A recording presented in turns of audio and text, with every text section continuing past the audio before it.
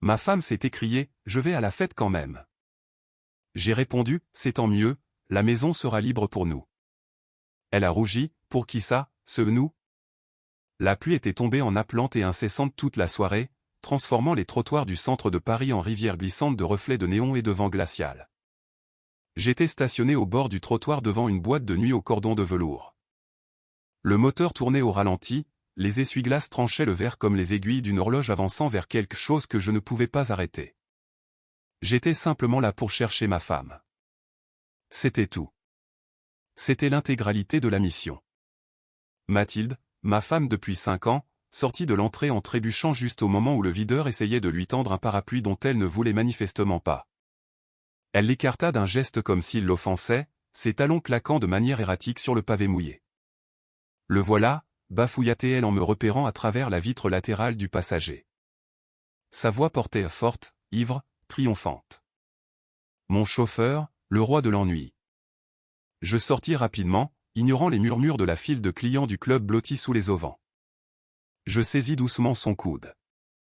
Mathilde, montons dans la voiture. Elle retira son bras brusquement comme si je l'avais brûlé.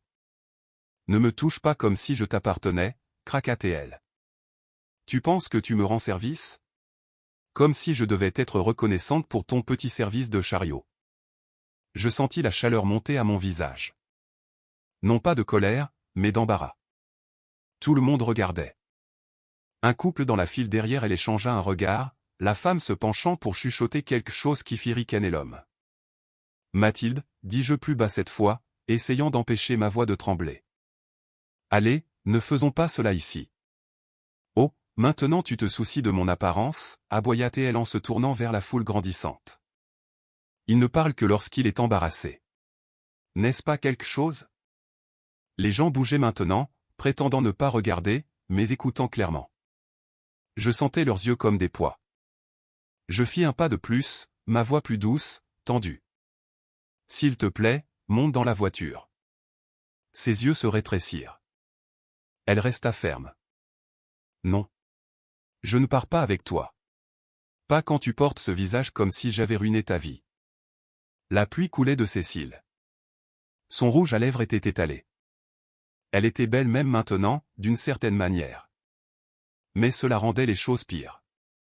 Tu es ivre, dis-je doucement. Tant mieux, cria-t-elle. Au moins, la Mathilde ivre dit ce que la Mathilde sobre avale depuis 5 ans. Un petit rire vint de quelqu'un derrière nous. Ce fut la goutte de trop. Je bougeai rapidement, ouvris la portière et essayai de nouveau. Monte dans la voiture, ou j'appelle ton frère, dis-je. Calme, ferme. Cela l'atteignit. Le menton de Mathilde se leva, défiant mais tremblant. Puis, sans un mot de plus, elle glissa sur le siège, croisa les bras et se tourna vers la fenêtre comme si je n'étais pas là. Je montai, fermai la portière, et la voiture s'emplit à nouveau du silence étouffé de la pluie parisienne. Mais à l'intérieur de moi, tout semblait bruyant. Nous ne parlâmes pas alors que je m'éloignais du trottoir, passant devant les visages éclairés de rouge et les escaliers flous. Ce n'était pas ainsi que les vendredis soirs étaient censés se passer.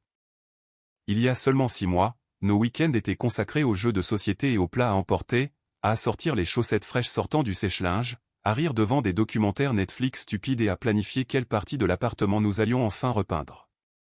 Mais maintenant, je reconduisais ma femme à la maison comme si elle était une étrangère que je ne savais plus comment aider.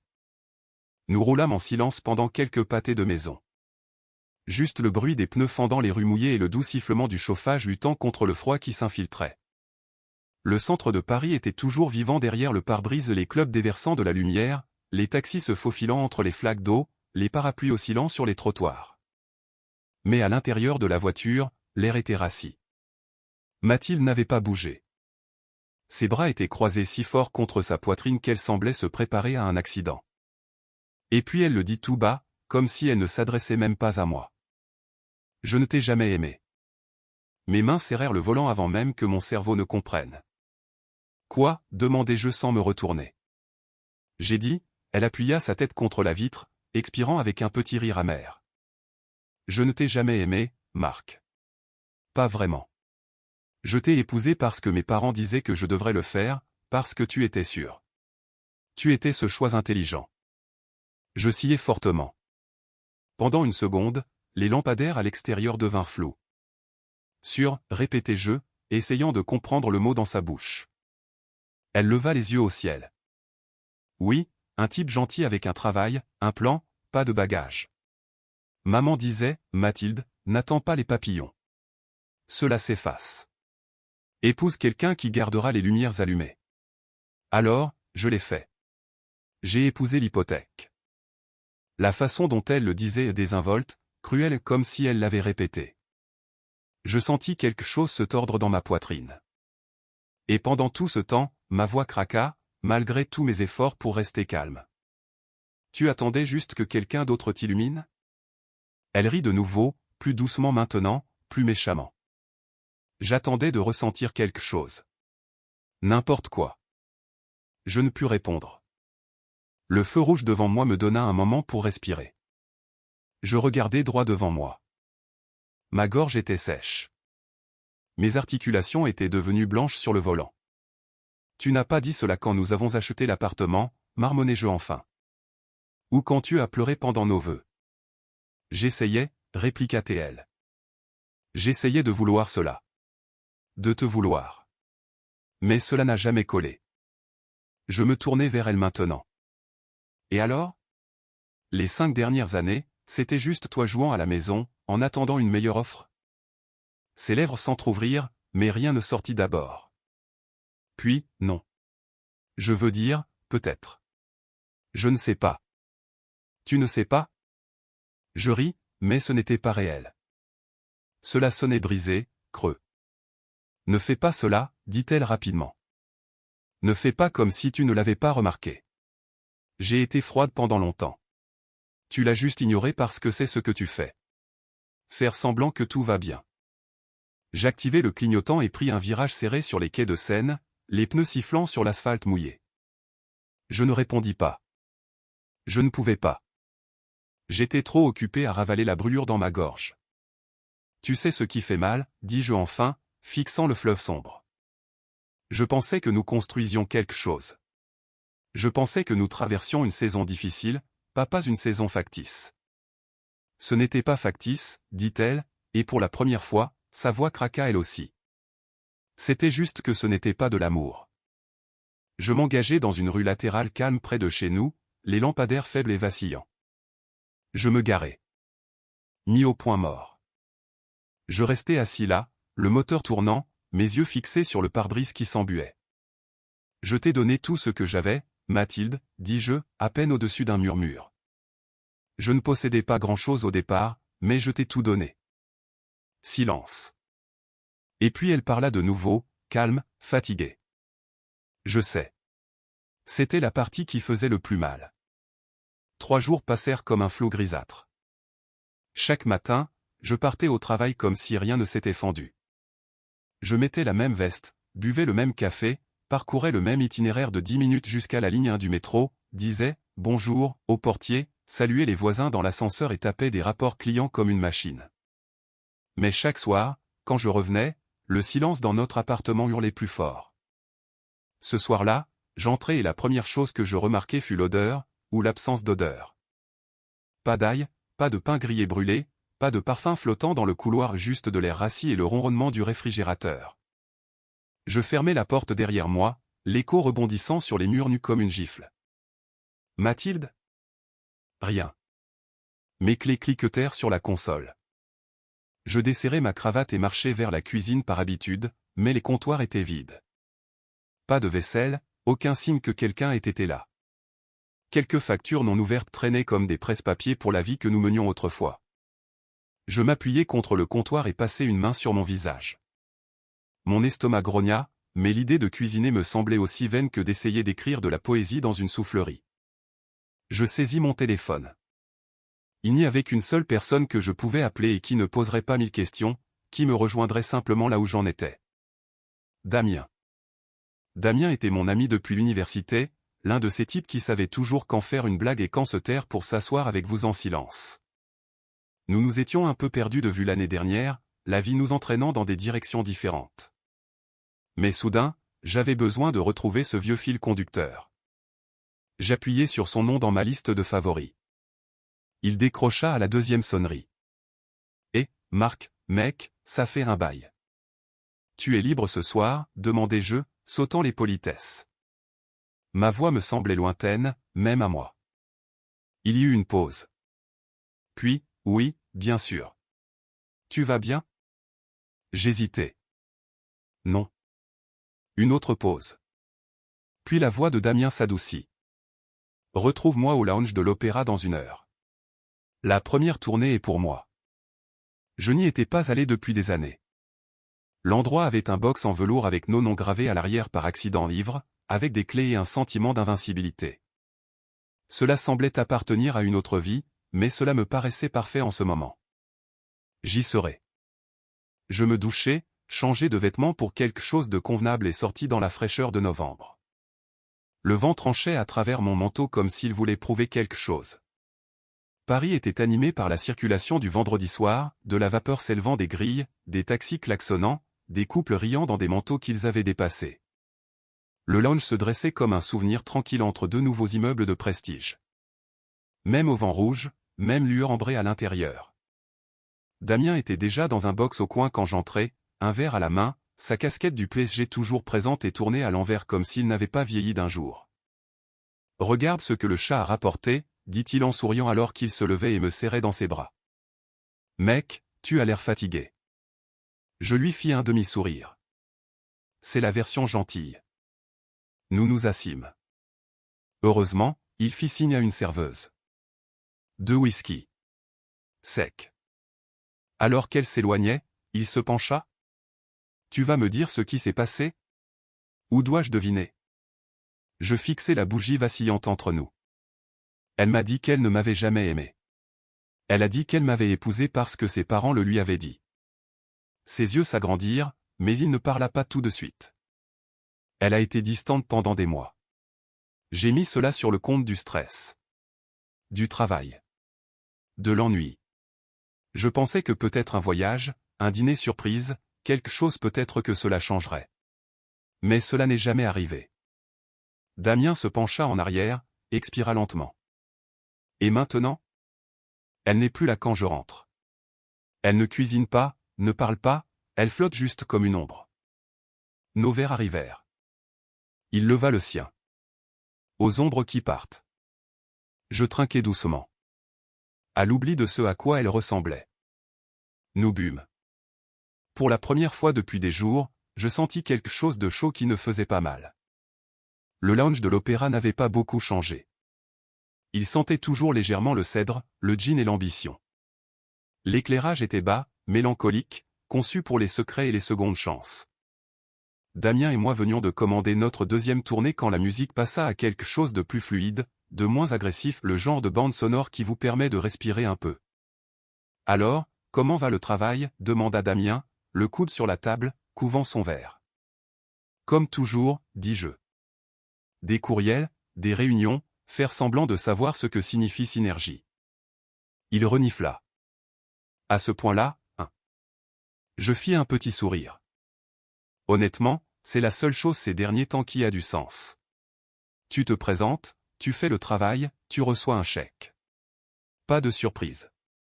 Il hocha la tête, faisant tourner le verre entre ses doigts. Je comprends cela. Nous restâmes assis dans un silence confortable pendant un moment, laissant le bruit du lounge se brouiller autour de nous. Des rires flottaient des box voisins.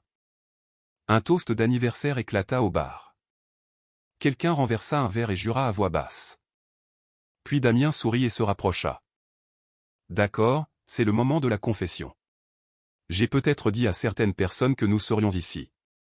Je sciai. Quel genre de personnes? De vieux amis de l'université. Ne t'inquiète pas, ils sont cool. Il leva la main comme pour me calmer. De plus, tu as besoin de cela.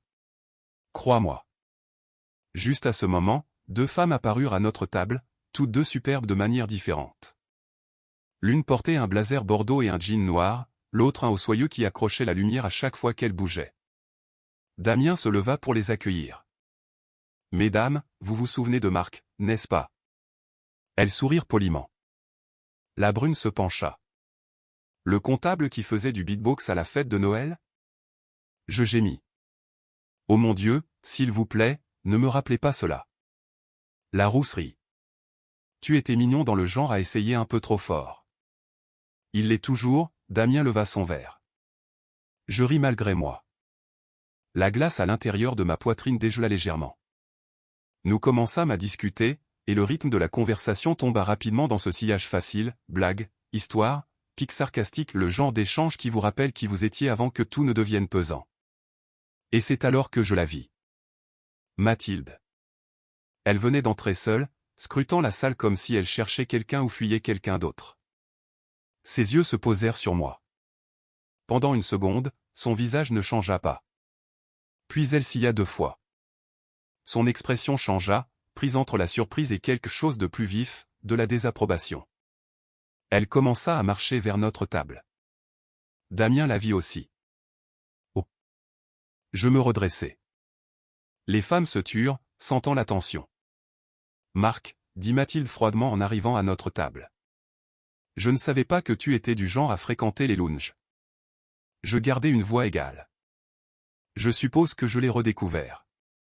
Elle regarda les femmes, puis Damien. C'était ton idée. Non, dit Damien, levant les mains comme un homme évitant une assignation à comparaître. C'est lui qui m'a appelé.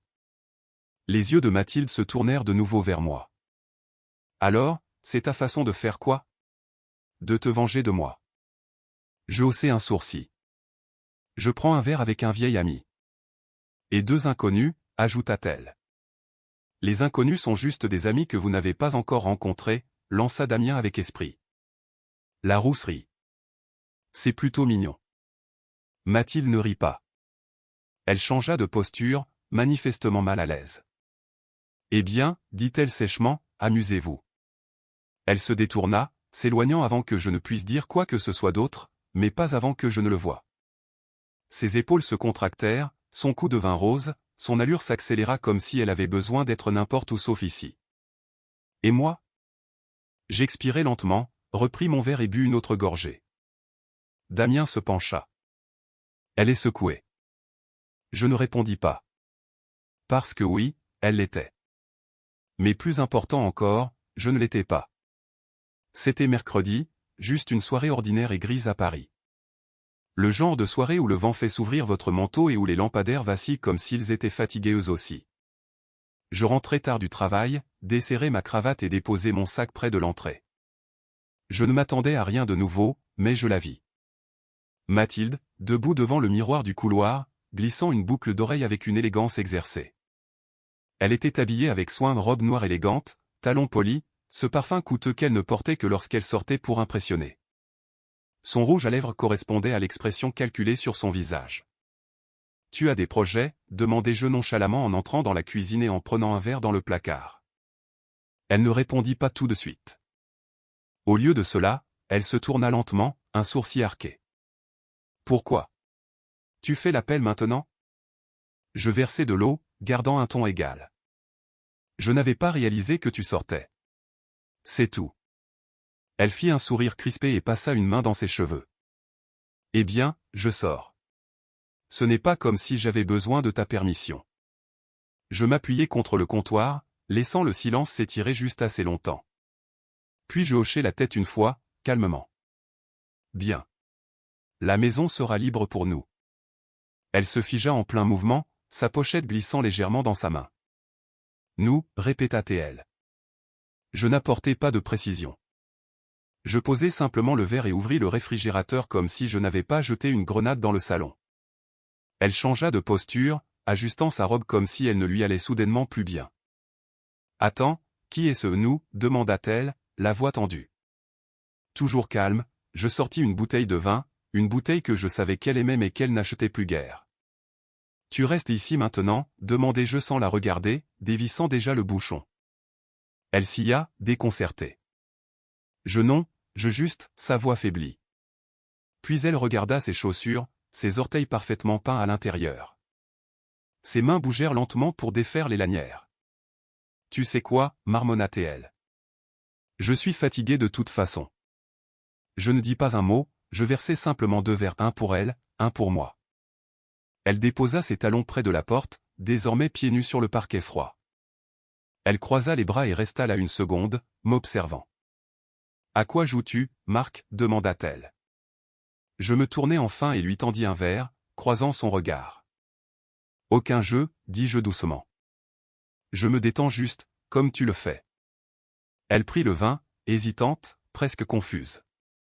Je m'assis sur le canapé, allumai la station de jazz que nous écoutions autrefois en cuisinant le dîner et bus mon verre. Mathilde resta près de la porte pendant un moment avant de marcher lentement vers le salon. Elle se recroquevilla à l'autre bout du canapé, couvant son verre comme s'il contenait des réponses. Nous ne parlâmes pas beaucoup ce soir-là, mais pour la première fois depuis longtemps, elle était à la maison, et je ne la suppliais pas de rester. Le silence entre nous s'étira, long et étrange. Certains jours, cela ressemblait à une trêve. D'autres jours, à une partie d'échecs, chacun de nous calculant le silence, les gestes, la distance. Nous ne nous battions pas. Nous ne nous touchions pas. La tension était passée de vive à sourde, comme le ronronnement d'un vieux réfrigérateur. Toujours là, toujours bourdonnant sous la surface. Je m'habituais à sa demi-présence. Mathilde était dans l'appartement, mais par fragments, une porte de chambre fermée, une lumière allumée dans la salle de bain, l'odeur du café avant mon réveil mais aucune tasse laissée pour moi. Et puis, un dimanche après-midi, alors que le vent frappait les fenêtres assez fort pour sembler personnel, elle entra dans la cuisine. Je coupais des citrons verts. Mathilde se tenait dans l'embrasure de la porte, les bras croisés non pas de cette manière défensive qu'elle adoptait habituellement, mais comme si elle se maintenait tout entière. Elle ne parla pas tout de suite, alors je ne levai pas les yeux. Puis sa voix, calme, presque brisée. « Marc. » Je m'interrompis en plein geste, mon couteau toujours sur la planche à découper.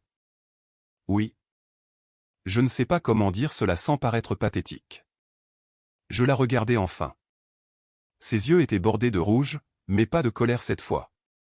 De quelque chose de plus rare. Je pouvais dire qu'elle n'avait pas répété cela, quoi que ce fût. « J'ai été horrible avec toi, dit-elle. Et pas seulement ce soir-là au club. Depuis longtemps. » Je restai immobile.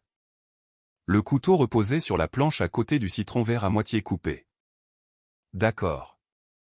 Elle avança davantage, un pas lent après l'autre, comme si elle craignait que le sol ne se dérobe. Je t'ai dit que je ne t'avais jamais aimé, chuchota-t-elle. Et ce n'était pas vrai. Ce n'était pas juste. C'était cruel. Je regardais son visage maintenant, je le regardais vraiment. Elle n'était pas maquillée. Sa voix tremblait avec quelque chose qui semblait réel. Je pense que je ne savais tout simplement pas comment être aimé par quelqu'un qui ne m'obligeait pas à le mériter, dit-elle. Tu étais toujours là. Stable, doux. Et j'ai repoussé cela parce qu'une partie de moi pensait que je ne le méritais pas. Ou pire, que tu ne me voyais pas vraiment. Je m'appuyai contre le comptoir, silencieux. Je ne me sentais plus importante, dit-elle, essuyant le dessous d'un œil avec sa manche. Comme si je n'étais qu'une partie de ta routine. Ce n'était pas ce que je voulais, dis-je doucement. Je sais, chuchota-t-elle. Je le sais maintenant. Elle s'approcha, lentement, prudemment, comme on approche un animal endormi. Elle tendit la main, prit l'une des miennes doucement dans ses deux mains. Ses doigts étaient froids. Je t'aime, Marc, dit-elle, et la façon dont sa voix tremblait, cela ne ressemblait pas à de la manipulation. Cela ressemblait à une reddition.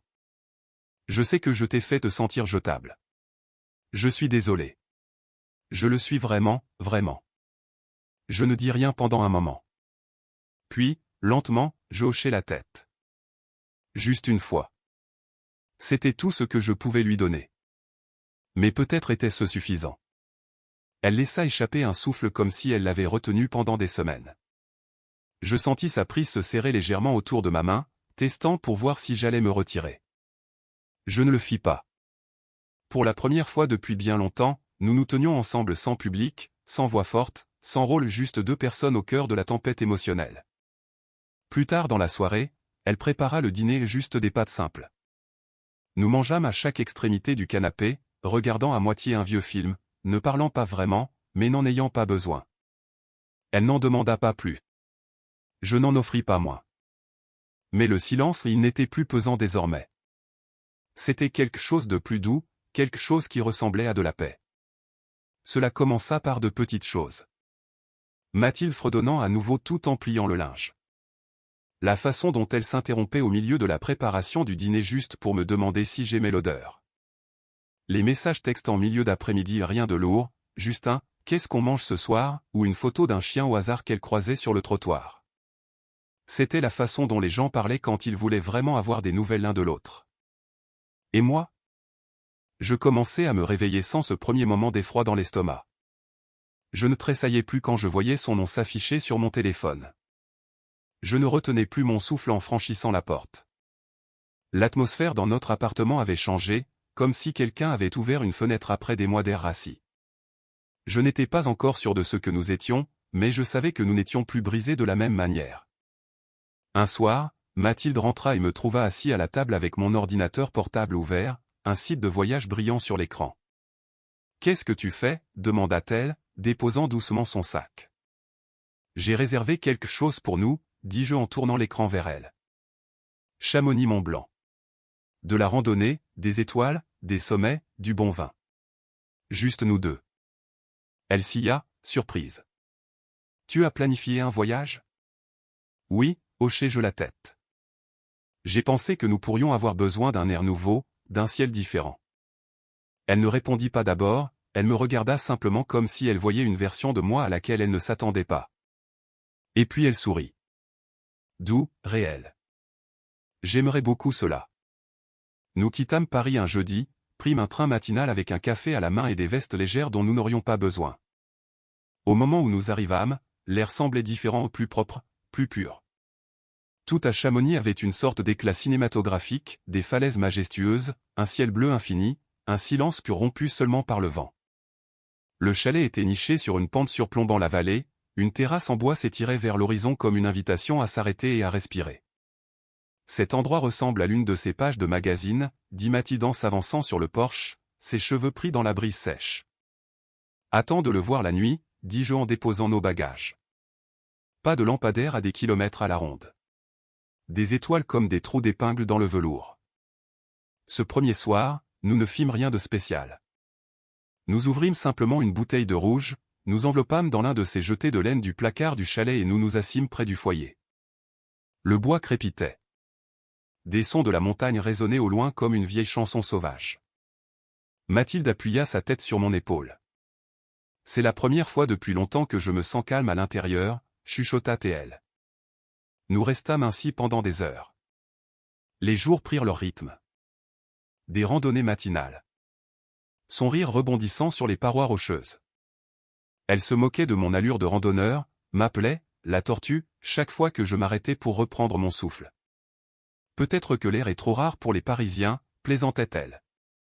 Peut-être que je fais juste semblant d'être à la traîne pour que tu te sentes rapide, répliquai-je.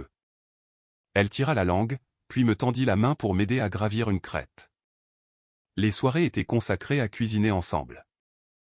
Des pâtes, des spécialités locales, des œufs brouillés au fromage qui semblaient inexplicablement meilleurs à la montagne. Elle passait de la musique depuis son téléphone, de vieilles listes de lecture que je n'avais pas entendues depuis des années. Elle dansait même un peu en chaussettes. La nuit, nous retournions au foyer. Parfois nous parlions. Parfois nous regardions simplement les flammes comme si elles détenaient les réponses à des questions que nous n'avions pas osé poser. Une nuit, à la moitié d'une deuxième bouteille de vin, elle se pencha sur la couverture et dit « J'avais l'habitude de penser que l'amour devait ressembler au chaos. Comme si, s'il n'était pas accablant, il n'était pas réel. » Je regardais l'éclat du feu vaciller dans ses yeux. Et maintenant ? Maintenant, je pense que l'amour est peut-être juste une tranquillité qui ne vous effraie pas. Je n'eus pas de réponse brillante à cela. Alors, je l'embrassai à la place. Elle s'y abandonna, non pas avec urgence, mais complètement, comme si nous redécouvrions quelque chose qui avait été enterré sous tout ce bruit. La dernière nuit là-bas, nous restâmes en silence longtemps après que le feu se fût éteint. Elle était blottie sous mon bras, traçant des motifs sur mon genou du bout du doigt. « Merci », murmura-t-elle, de ne pas avoir abandonné. Je ne dis rien parce que la vérité était que, pendant un moment, j'avais abandonné. J'avais simplement continué à me présenter de toute façon. Et peut-être que c'est ce qui nous a sauvés. De retour à Paris, le froid était revenu. Les cieux étaient à nouveau gris et les trottoirs mouillés par le grésil oublié. Mais quelque chose dans le fait de rentrer à la maison cette fois-ci ne semblait pas aussi pesant. Nous étions différents depuis les Alpes. Plus légers. Pas réparés, pas parfaits, mais éveillés. Les jours se brouillaient de manière douce et familière, petit déjeuner partagé, promenade tranquille, émission regardée à moitié sur le canapé où sa main trouvait toujours la mienne. On avait l'impression que peut-être, juste peut-être, le pire était derrière nous. Ce soir-là, je lisais au lit à côté d'elle. Un vieux roman que j'avais commencé il y a des années et jamais terminé. Elle était pelotonnée sous les couvertures, déjà somnolente, son téléphone tenu lâchement dans sa paume. La lampe de chevet brillait faiblement. Je lui jetai un coup d'œil, paisible, sa respiration lente et régulière. Et pendant un instant, je souris. Non pas parce que quelque chose d'important s'était produit, mais parce qu'elle était là à côté de moi, ne tressaillant pas, ne calculant pas, n'étant pas distante. Puis son téléphone s'alluma. Je n'aurais pas regardé, si l'écran n'avait pas été tourné directement vers moi, et l'aperçu du message attira mon attention avant que je ne puisse détourner le regard. Je suis de nouveau en ville. Recommençons. Un nom que je ne reconnus pas flottait au-dessus. Juste une initiale et un visage souriant. Pas de nom de famille, pas de contexte, mais le ton. Le ton en disait assez. Je fixai l'écran. Mes mains devinrent froides. Ma respiration se raccourcit, prise entre l'incrédulité et l'effroi. Je regardais Mathilde, toujours endormie. Je ne devrais pas. Je savais que je ne devrais pas, mais ma main bougea malgré tout. Avec précaution, je fis glisser le téléphone de ses doigts, le retirant de sa main comme une bombe qui pourrait exploser. Elle bougea légèrement mais ne se réveilla pas. J'ouvris le message. Il y avait une discussion. Quelques messages datant d'il y a plusieurs semaines. Rien de graphique, rien d'explicite, mais tout était chargé de sous-entendus. Des clins d'œil, des références. L'un d'eux en particulier. Cette nuit à l'hôtel Lutetia valait chaque mensonge. Pouvons-nous organiser la deuxième partie? J'avalai difficilement. Quelque chose se déclencha en moi. Pas de la rage. Pas encore. Juste une clarté vive et creuse. Comme un ver froid se brisant à l'intérieur de ma poitrine. Je tapais une réponse. Qu'est-ce qu'on doit recommencer? Clin d'œil. Mes doigts restèrent en suspens. Je retenais mon souffle. 3 points apparurent presque instantanément. Puis un message s'afficha. Une photo d'elle. Mathilde au lit, souriant paresseusement. Sans chemise. Un homme à ses côtés, souriant. Son bras était autour de ses épaules. Son visage était incliné vers l'appareil photo comme si c'était quelque chose qu'ils avaient déjà fait. Confortable, facile, comme un souvenir qu'ils attendaient tous les deux de revivre. La légende n'était qu'un seul mot. Ceci. Je ne réagis pas d'abord. Je ne respirais pas.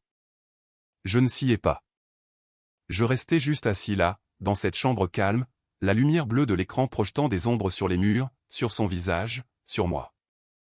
Mathilde dormait toujours, inconsciente. Et moi? Je ne sentais plus mes mains. Je fixais la photo jusqu'à ce que les détails deviennent flous, jusqu'à ce que ma poitrine me semble ouverte, jusqu'à ce que la vérité s'impose. Elle ne s'était jamais arrêtée. Le matin se leva comme n'importe quel autre calme, gris, prévisible. Je me tenais dans la cuisine, cassant des œufs dans un bol comme si mes mains ne tremblaient pas. Comme si je n'avais pas vu l'invisible.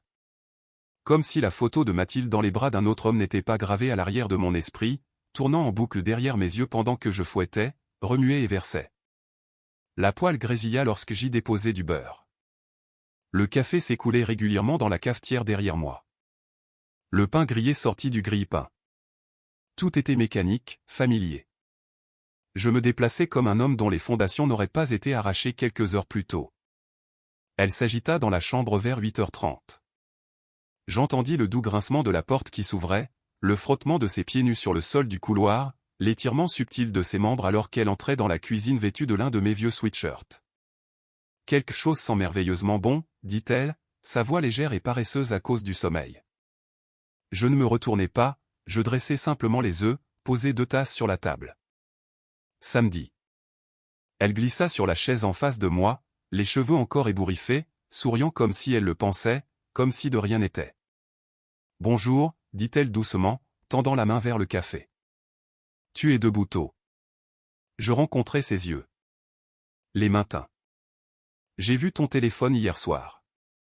Le changement fut instantané. Sa main s'arrêta à mi-chemin de sa gorgée.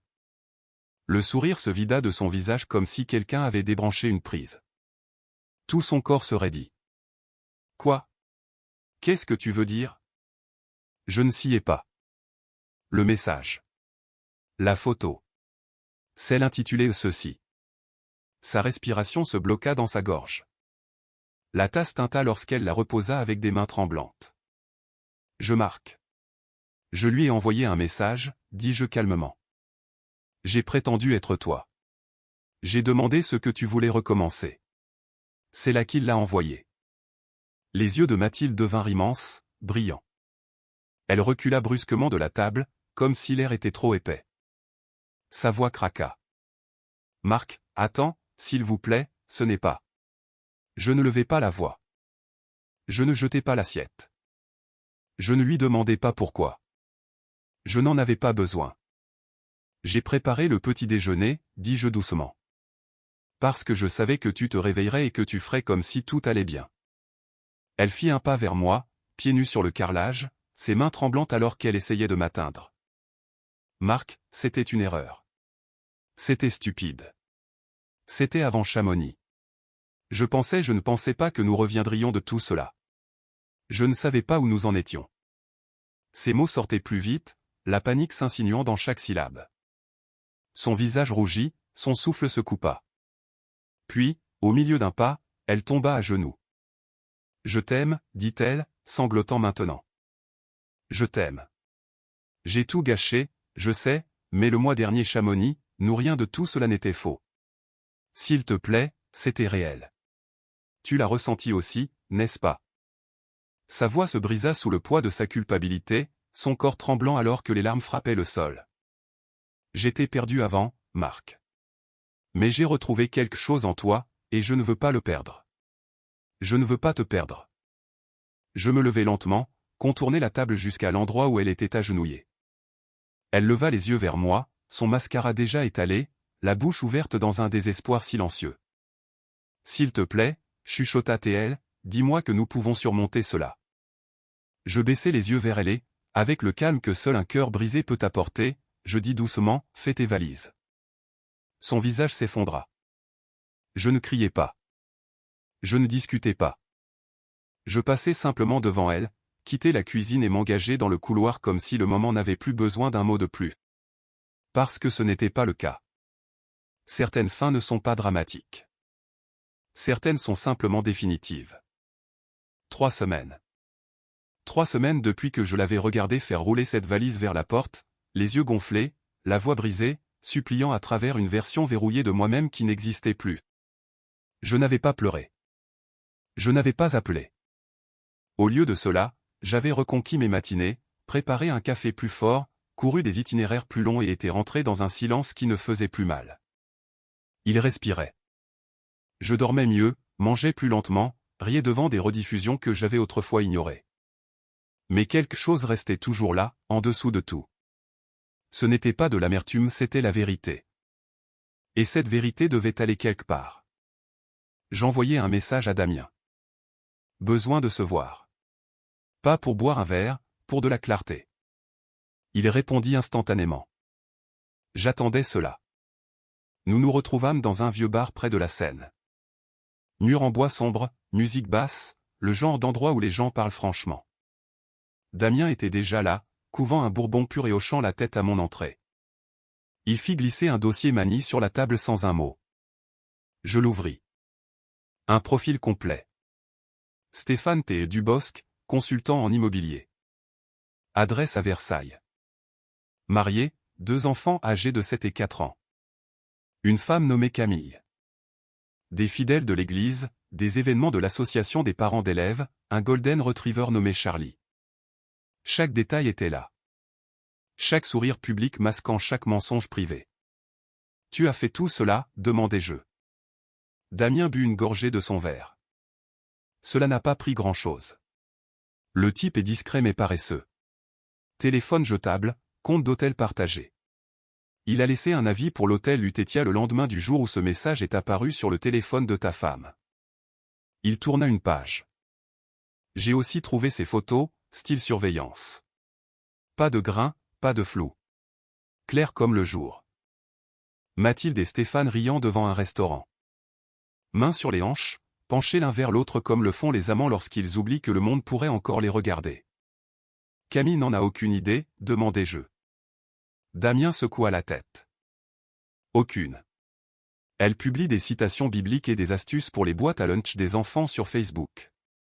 Elle pense que son mari est un bourreau de travail, pas un homme qui mène une double vie. Je me rassis, le dossier ouvert devant moi. Le visage souriant de Stéphane me fixait comme un défi. Damien baissa la voix. Alors, c'est quoi le plan? J'ai besoin qu'elle sache, dis-je. Tu veux faire exploser sa vie? Je secouai la tête. Je veux qu'elle ait ce que je n'ai pas eu. La vérité. Le choix. Je me fiche de ce qu'elle en fera, mais elle mérite de se tenir dans sa propre histoire, pas dans le scénario de quelqu'un d'autre. Damien hocha lentement la tête. Alors nous y allons ce week-end. Je croisai son regard. Je veux le faire en personne. Il me regarda un instant, puis fit un lent sourire. Tu as toujours été du genre direct. Nous trinquâmes. Pas de célébration, pas de vengeance, juste de la résolution. Parce que la justice ne porte pas toujours un insigne ou n'entre pas toujours dans un tribunal. Parfois, elle frappe poliment à la porte d'entrée et remet la vérité à quelqu'un qui dort encore dans un mensonge. Le quartier était exactement ce à quoi je m'attendais. Des pelouses soignées, des maisons au ton pastel, des carillons éoliens jouant une musique paresseuse dans la brise, des vélos d'enfants sur les porches avant. Un monde construit pour paraître intouchable. Je m'approchai lentement, le moteur ronronnant sous moi comme une question. Maison numéro 621.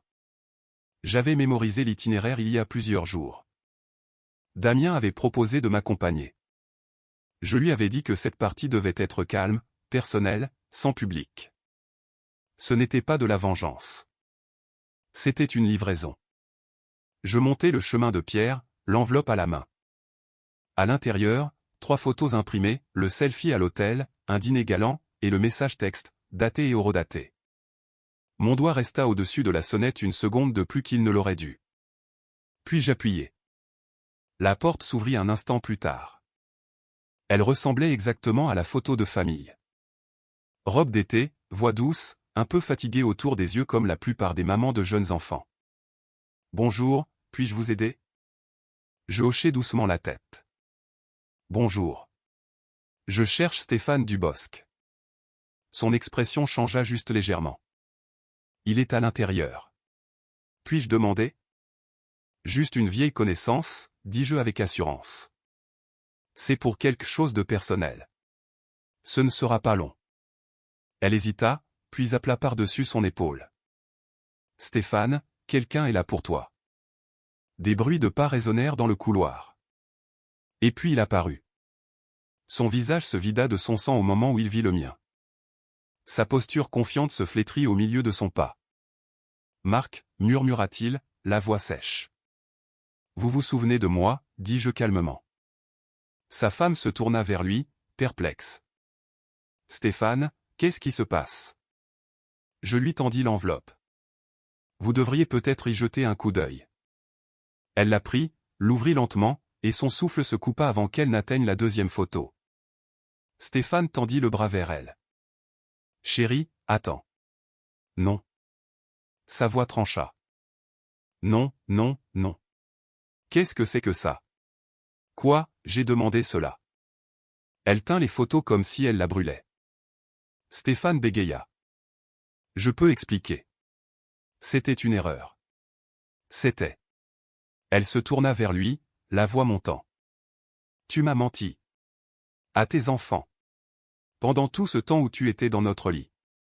La porte d'entrée claqua derrière moi alors que je descendais les marches. Des cris résonnaient dans le couloir. Pas les miens. Plus ma vie désormais. Je montai dans la voiture, fermer la portière et poser mes mains sur le volant pour une longue inspiration. La justice n'arrive pas toujours dans une salle d'audience.